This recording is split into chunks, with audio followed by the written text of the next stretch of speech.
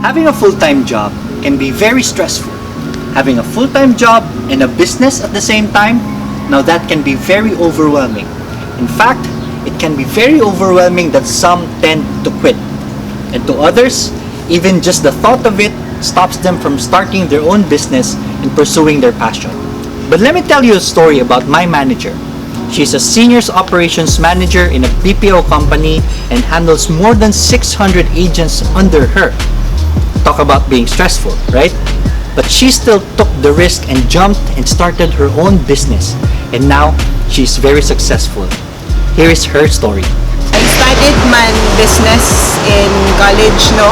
So, even before I relocated here in Cebu, because I originally studied and worked in Manila, I already knew that I wanted to start my own business. Then, when I went here back in 2009, tapos na-explore na ko ang Cebu and everything, I realized na I wanted to promote something na local. My mom has the best humba recipe for me. And in fact, some of my office mates, my friends, were able to taste it. They really loved it. So, I said, I think, humba is the next thing that should be promoted. You wanted to go do business from the start, but how come you nagsold ka sa BPO? So yeah, after I graduated business from UP back decades ago, I went into a marketing job. So I was an advertising and marketing executive for about 6 months. Because I was still, young and a fresh graduate, I felt that I was not supported. So I decided to leave the company. After that, I started looking for other jobs. And during that time, that was when the BPO industry was really still, still growing. It was hiring really the fresh graduates from the best schools in Manila. So I tried it out because I needed an income because I was living independently in Manila. So I really needed a job immediately. It paid well. I got promoted. And we all know what happened to, the BPO industry. And it gave me a really flourishing career. And then I was developed to become a leader. I had enough training that was given to me. So for me, I was lucky to have been given the chance to grow during the time when the BPO industry was really just starting. So Shay, at the point of her career, was already very successful. But she knew that her employment was not a guarantee. Anyone younger or better can always replace her anytime, so she decided to do her passion and started the business. Before we continue the video, we would like to thank our sponsors, www.tbuy.ph. If you want a convenient way to do your groceries and save time, check out www.tbuy.ph, Cebu's #1 online grocery store, Tindahan ng Bayan, tbuy.ph. So you already had this very good position in the BPO industry, the pay is good. What made you decide to still start a business on the side? Because I did not see myself really staying in this industry long. I mean, we have to face that fact. Right. Na, although yes, it pays well, gives you a very good career, it develops you as a person, as a leader. It's just not something that will sustain you in the long term. Eventually, young people will also start to grow, and you have to give way to those who already. And you also need to know your limitations. You can't just think na, ang galing-galing ko. No one is better than me. Because employment tend to become your comfort zone. Yes, exactly. So I said, I really had a plan in mind that by the time I will reach my 40s, I should already have at least man lang small business that I've started with, and in the next 2 to 3 years maybe retire from the BPO industry. So I already have that plan in mind, and for me to be able to achieve that, I have to start doing something na, diba? But how do you start with limited resources, limited time? So I said, I can start with whatever I have. How do I sell? How do I offer this product? So I said, I'll just sell it somewhere where I don't need to make a very big puhunan or investment. So, me and my partner, napadaan kami sa Park Mall before, during weekends may mga bazaars, right, outside. So, they sell mga kakanin and all that. So, I said, let's just, introduce and try it there. So, I applied, and then, of course, they with a very minimal fee, di ba? You are able to display your products there. How about the risk? Were you not afraid to start something and maybe while doing your work, maybe it will take time from your work. Maybe you're gonna sacrifice both. How did you go to that?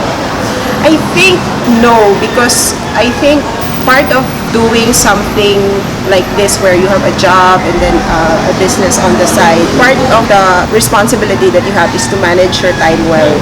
So I really had to make sure that I only do things when I'm not tied up to my regular job.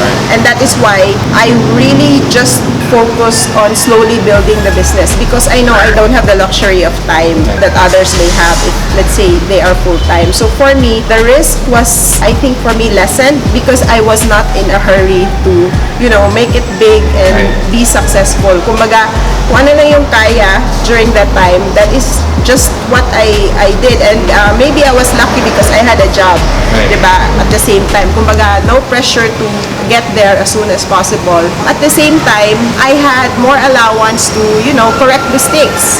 Because it's not like the first time you offer something, perfect na yan. There are some dishes or recipes which customers may not actually like, and you have to make some adjustments, you have to change it, or pull it out, or put something else new that they would like. So I think that's the payoff that you will get if you are not in a hurry. For me, that's something that I really learned because, yun nga, unlike other businesses, we were not that successful immediately. Kumbaga, trial and error siya until people really started to notice our products. Because if you start that bigger, then the risks, it's more riskier, so the pressure is bigger.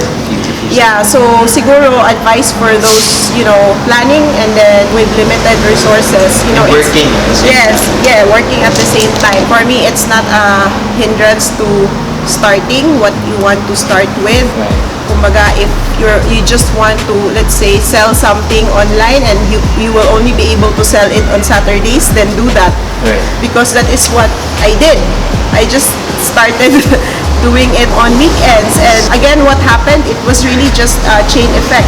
I met people that led me to the next opportunity. So for me, that was the biggest realization, diba? If I did not start selling this in pack lunch meals in Parkmore, I don't think I would be in this position already. So for me, that is very encouraging. Because there's so many people na they have the idea but they're scared to start because they have this excuse that they have a job and they're busy, they might not be able to focus on the business, so it might fail. So people end up not starting at all. Correct. So don't be afraid. Parang there's no wrong product. If you believe in your product, I don't think it's wrong. You just need to find the right market for it.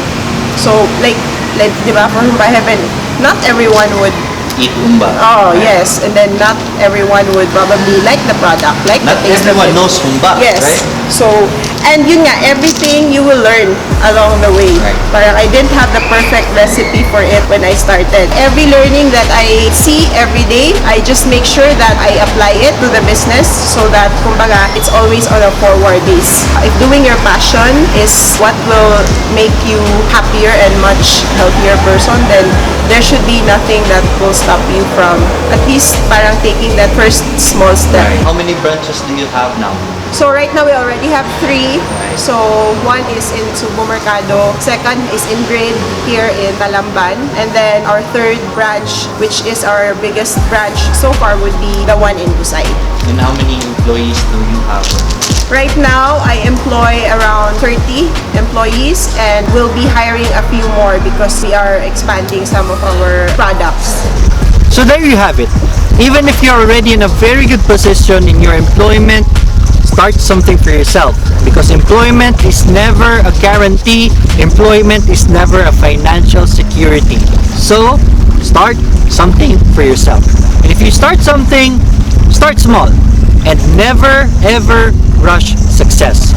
That's it for this video. Till next time, let's get rich together.